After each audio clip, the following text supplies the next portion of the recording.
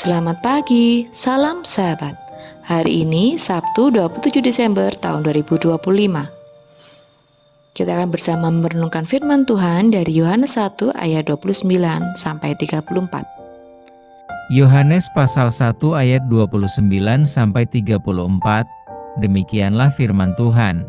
Pada keesokan harinya Yohanes melihat Yesus datang kepadanya dan ia berkata, "Lihatlah anak domba Allah yang menghapus dosa dunia.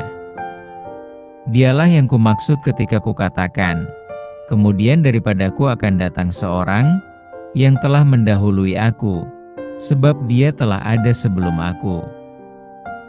Dan aku sendiri pun mula-mula tidak mengenal dia, tetapi untuk itulah aku datang dan membaptis dengan air, supaya ia dinyatakan kepada Israel."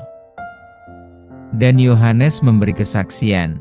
Katanya, "Aku telah melihat Roh turun dari langit seperti merpati, dan ia tinggal di atasnya.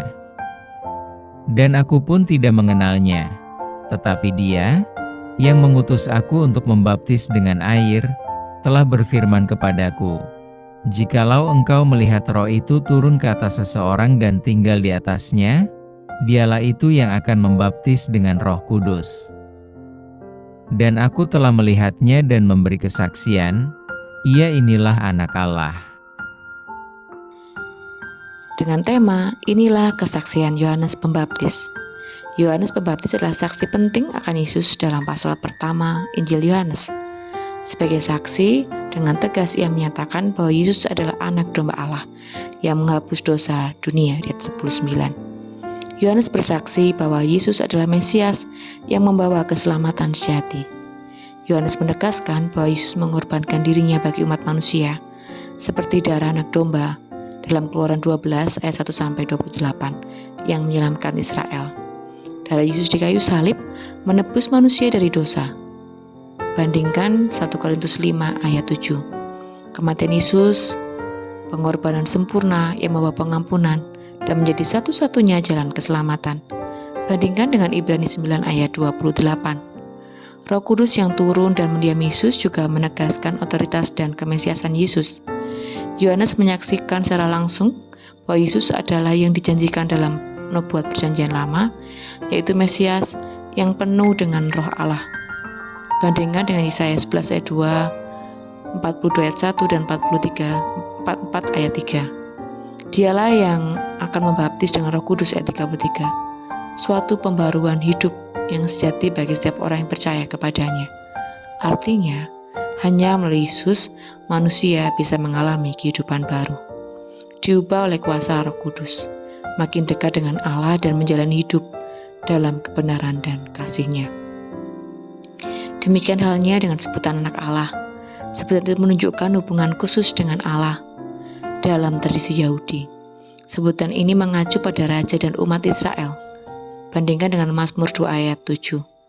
Namun Yohanes menegaskan Yesus sebagai anak tunggal Allah yang dikuduskan dan diutus untuk menyelamatkan dunia. Lihat di pasal 1 ayat 14, ayat 18, pasal 3 ayat 16 dan 10 ayat 36. Yesus sebagai anak Allah memiliki hak dan kuasa penuh untuk mengampuni dosa dan memberikan hidup yang kekal. Lihat di pasal 5 ayat 24 dan pasal 6 ayat 47. Kesaksian Yohanes jelas. Ia mengajak kita untuk menemukan keselamatan dalam Yesus Kristus. Sebab tidak ada cara lain bagi manusia untuk diselamatkan selain melalui iman kepada Yesus Kristus. Karena itu, bukalah hati kita untuk menerima Dia sebagai Tuhan dan Juru Selamat kita. Mari bersama kita berdoa. Ya Tuhan Yesus, kami merenungkan kesaksian tegas Yohanes Pembaptis yang menyatakan bahwa Engkau sebagai anak domba Allah yang menghapus dosa dunia. Kami bersyukur karena Engkau adalah korban yang sempurna, satu-satunya jalan keselamatan. Engkau adalah Mesias yang dijanjikan, penuh dengan Roh Kudus yang datang untuk mengubah hidup kami.